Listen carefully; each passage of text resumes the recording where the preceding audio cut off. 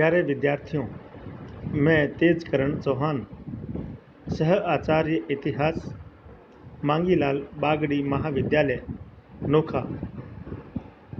आज हम BA part 3 के पेपर फर्स्ट आधुनिक भारत का इतिहास के अध्याय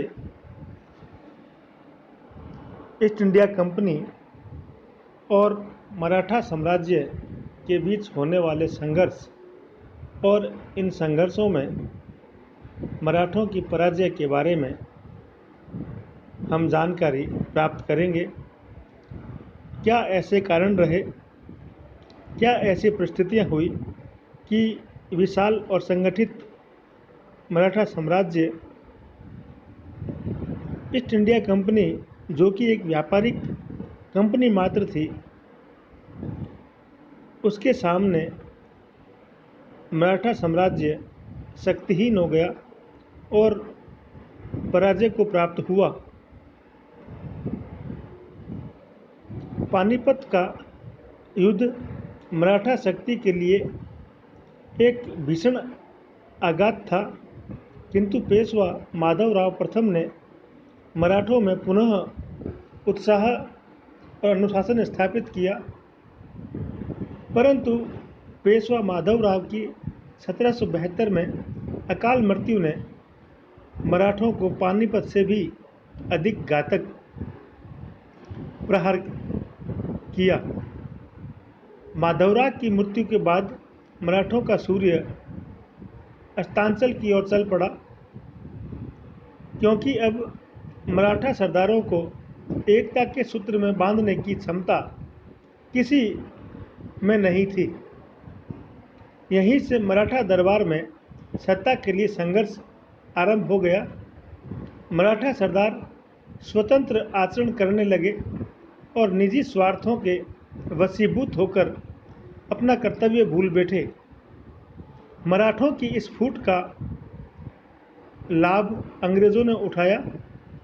1777 आते आते भारत के राजनीतिक रंगमंच पर केवल दो ही शक्तियां, मराठा और अंग्रेज, रह गए थे। अतः भारत में सर्वोच्चता प्राप्ति के लिए इन दोनों शक्तियों में संघर्ष अवश्यंभावी हो गया था।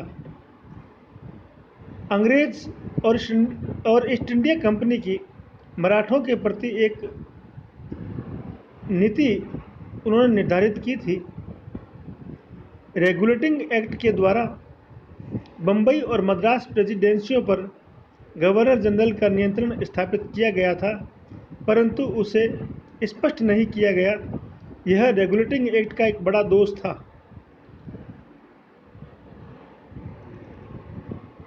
फलस्वरूप इन दोनों प्रेसिडेंसियों के अधिकारी स्वच्छंद होकर कार्य करने लगे।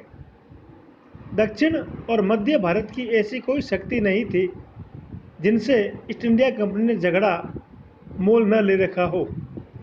दक्षिण भारत के संबंध में कंपनी की नीति के 3 प्रमुख भाग थे। पहला, अंग्रेज भली भांति इस बात को जानते थे कि दक्षिण में मुख्य रूप से 3 शक्तियां हैं, निजाम, मराठा और हैदर अली। यदि ये तीनों शक्तियां अंग्रेजों के विरुद्ध एक हो जाती है तो दक्षिण भारत में अंग्रेजों का अस्तित्व समाप्त हो सकता है। अतः अंग्रेज चाहते थे कि ये तीनों शक्तियां आपस में लड़ती रहे। दूसरा, अंग्रेजों की नीति का भाग था, दक्षिण की इन तीनों शक्तियों में मराठा सबसे अधिक महत्वाकांक्षी और साम्राज्यवादी थे। अतः मराठों को उनके घरेलू झगड़ों में फंसाए रखना चाहिए ताकि मराठे बंगाल और उत्तरी भारत में अंग्रेजों के बढ़ते हुए प्रभाव में हस्तक्षेप न कर सके। इसी प्रकार अंग्रेजों की दक्षिण भारत में नीति का तीसरा पक्ष इस प्रकार था। दक्षिण भारत के पश्चिमी तट पर कंपनी को अपने पैर फैलाने के लिए साल्सेट, बसीन और गुजरात का कुछ भाग अधिकार में करना चाहिए, जिससे कि वो अपनी व्यापारिक गतिविधियों को भली भांति पूरा कर सके। इन तीनों नीतियों का अनुपालन करके अंग्रेज़ों ने दक्षिण भारत में अपनी सर्वोच्चता स्थापित की। अंग्रेज़ों और मराठों के संबंधों के बारे में जब हम बात करते हैं तो देखते हैं मुगलों के पतन के बाद भारत में मराठा शक्ति का उदय हुआ और वह भारत में प्रमुख राजनीतिक स्थान प्राप्त कर रही थी। उनका अंग्रेज़ों से संघर्ष होना स्वाभाविक था, किंतु 18वीं शताब्दी के मध्य तक अंग्रेज़ों के पास इतनी शक्ति नहीं थी कि वे मराठों का सामना कर सके। अतः कंपनी सदैव इस बात की ओर ध्यान रखा कि वह ऐसा कोई कार्य नहीं करे जिससे उन्हें मराठों के साथ उलझना पड़े। फिर भी अपनी नीतियों को क्रियान्वित करने का वो सदैव प्रयास करते रहे। 1758 ईस्वी में अंग्रेज़ों और मराठों के बीच एक समझौता हुआ, जिसके अनुसार अंग्रेज़ों ने मराठों से 10 गांव प्राप्त किए तथा मराठा क्षेत्र में कुछ व्यापारिक सुविधाएं भी प्राप्त की। 1759 ईस्वी में ब्रिटिश अधिकारी प्राइस और थॉमस मॉडसन पूना गए। इन दोनों ने मराठों से सालसेट एवं बसीन प्राप्त करने का प्रयास किया, किंतु वे अपने उद्देश्य में सफल नहीं हुए।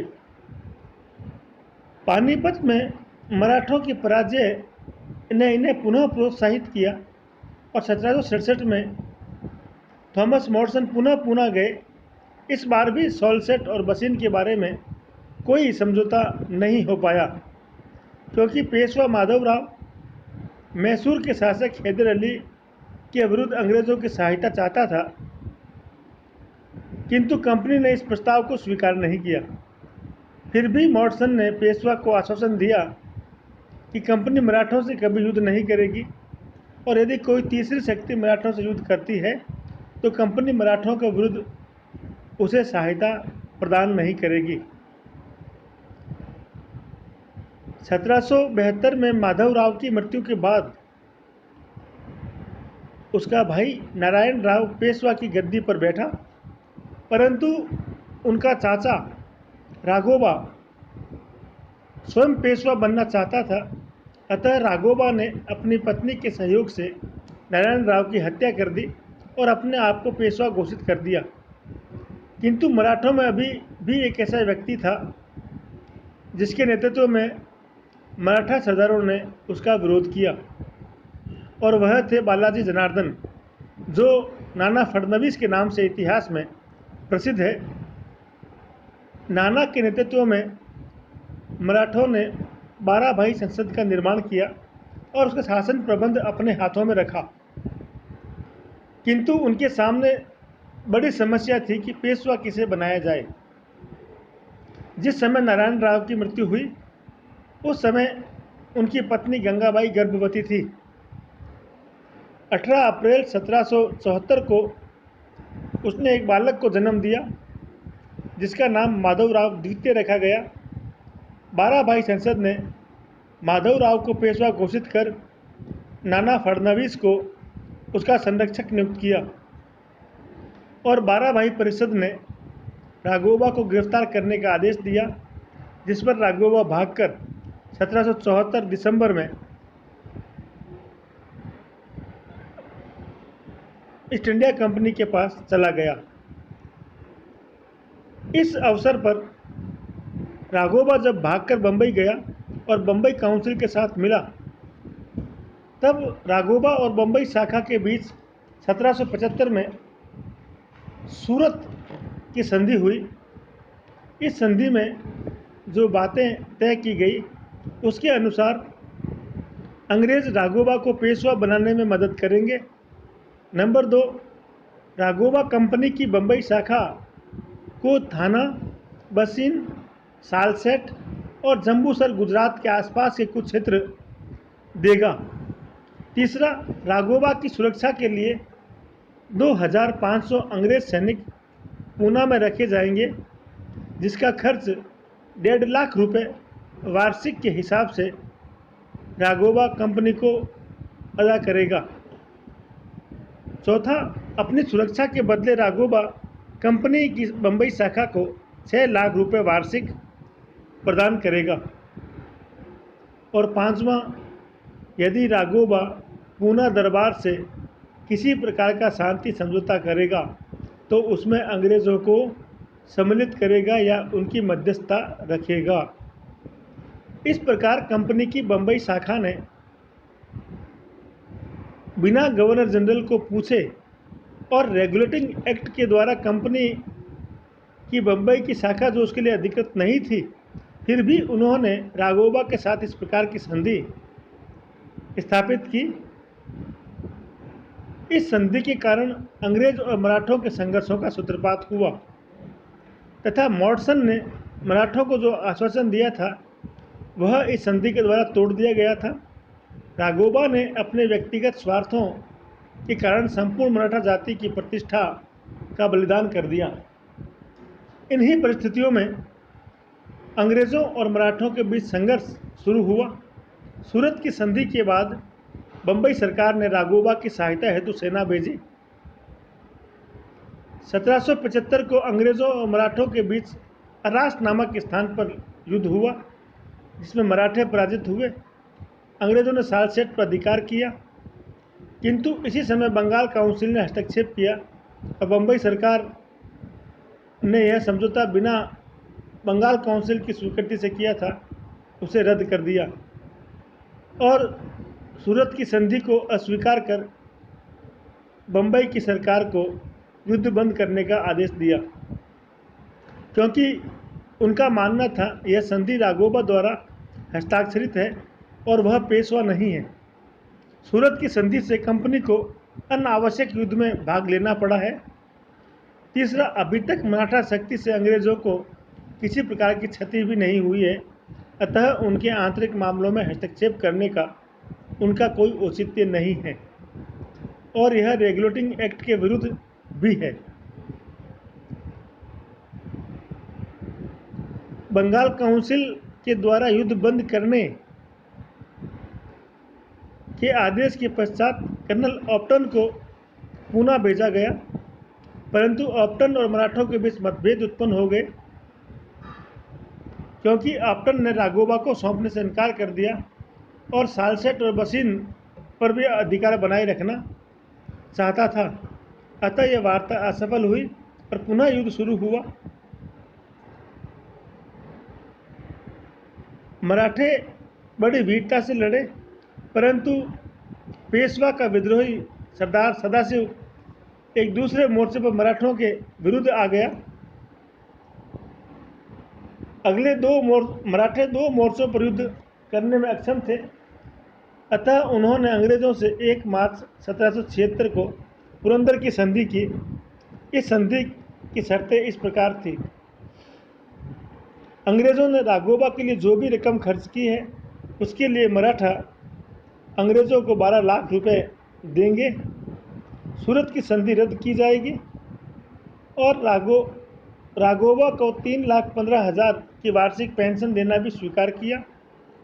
राघोबा अपनी कोई सेना नहीं रखेगा और गुजरात में कोपर गांव में जाकर निवास करेगा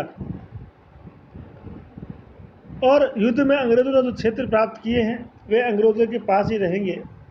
इस संधि पर अंग्रेज़ों की तरफ से कर्नल ऑप्टन और मराठों की ओर से सुखराम बापू ने हस्ताक्षर किए।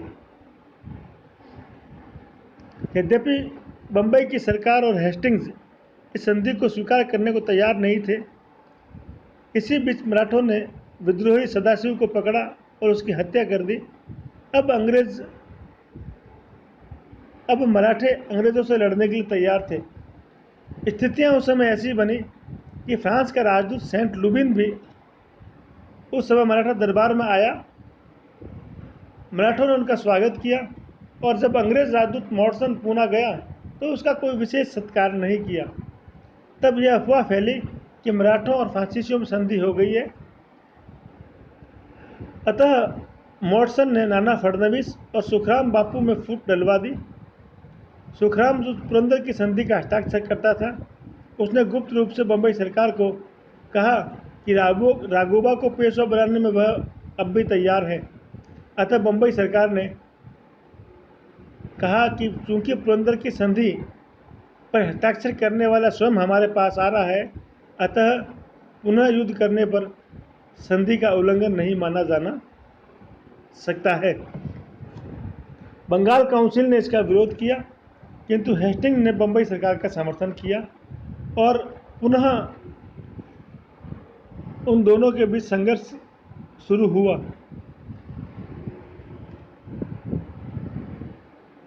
इस युद्ध में मराठा सेना धीरे धीरे महादजी सिंधिया और मल्हार राव होलकर के नेतृत्व में पीछे हटती चली गई और ब्रिटिश सेना आगे बढ़ती हुई पूना से 18 मील दूर तेलगांव तक जा पहुंची। तेलगांव पहुंचने पर अंग्रेजों को पता चला कि मराठों ने उन्हें 3 ओर से घेर लिया है। अतः अंग्रेज पीछे की ओर वापस लौटने लगे, परंतु मराठों ने उन पर आगे बढ़कर आक्रमण किया। इस युद्ध में अंग्रेज बुरी तरह पराजित हुए और बम्बई सरकार को अपमानजनक समझौता करना पड़ा।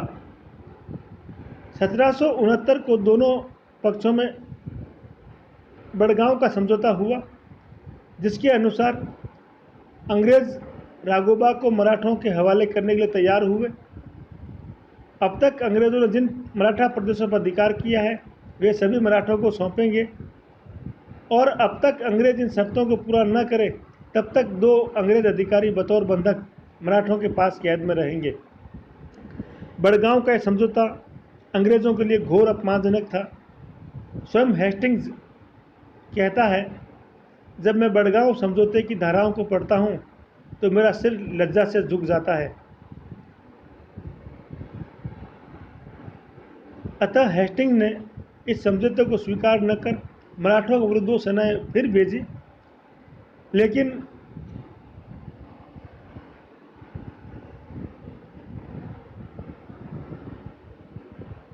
इन दोनों सेनाओं और नाना फडणवीस और नागपुर के शासक भोंसले के साथ उनकी लड़ाइयाँ फिर शुरू हुई।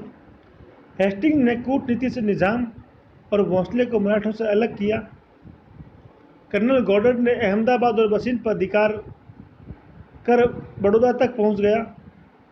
उसने बड़ौदा के शासक फतेह सिंह से अलग संधि की और पूना की ओर आगे बढ़े, लेकिन पूना के पास मराठों ने उन्हें काफ़ी क्षति पहुंचाई।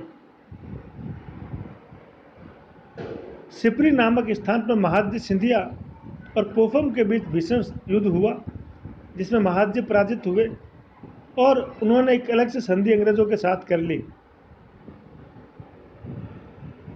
इस संधि में महत्वपूर्ण बात यह थी कि महादजी मराठों और अंग्रेजों के बीच संधि करवाने के लिए तैयार हो गए और जब युद्ध चल रहा था और ब्रिटिश सेना के दबाव को कम करने के लिए नाना फडणवीस ने हैदर अली को कर्नाटक पर आक्रमण करने को कहा। हैदर अली ने कर्नाटक पर धावा बोला, जिसके बाद अंग्रेजों की निरंतर पराजय होने लगी। ब्रिटिश सेना का मनोबल गिरने लगा। हेस्टिंग ने एंडरसन को मराठों से बातचीत करने भेजा और उन दोनों पक्षों के बीच में 1782 को अंग्रेजों और मराठों के बीच सालबाई की संधि हुई, जिसके अनुसार अंग्रेजों ने राघोबा का साथ छोड़ने का आश्वासन दिया और मराठों ने उसे 25,000 रुपये मासिक पेंशन देना स्वीकार किया। सालसेट और भड़ोज को छोड़कर मराठा राज्य के सभी भूभागों से अंग्रेज हटने को तैयार हुए। अंग्रेजों ने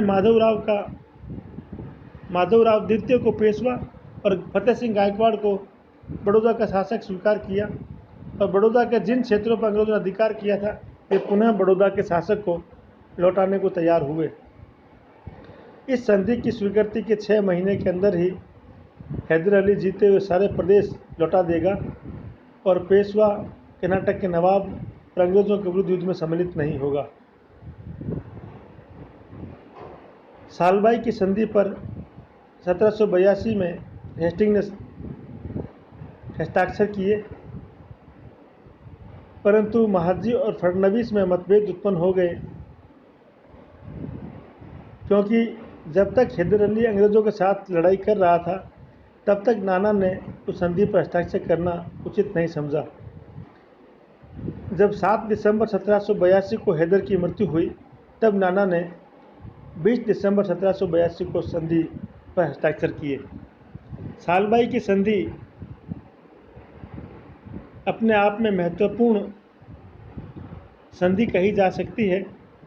अंग्रेज़ों ने मराठों से संधि करके मैसूर को मराठों से अलग कर दिया। मैसूर का शासक मराठों की सहायता से वंचित हो गया। हैदर की मृत्यु के बाद टीपू ने युद्ध जारी रखा, परंतु उसे मराठों की सहायता प्राप्त न हो सकी। फलस्वरूप अंग्रेज़ों ने मैसूर की शक्ति को कुचल दिया और मैसूर को कुचलने के बाद अंग्रेज मराठों की शक्ति को नष्ट करने की ओर आकर्षित हुए। इस युद्ध से अंग्रेज़ों को इस बात का पता लग गया कि मराठा संघ के सदस्य पारस्परिक द्वेष से पीड़ित हैं, जिससे वे कभी एक होकर अंग्रेज़ों का सामना नहीं कर पाएंगे। धन्यवाद। आज हम इस व्याख्यान में यहीं तक चर्चा करेंगे। आगे आने वाली परिस्थितियों और द्वितीय मराठा आंग्ल युद्ध के बारे में अगले अध्याय में चर्चा करेंगे। जय हिंद, जय भारत।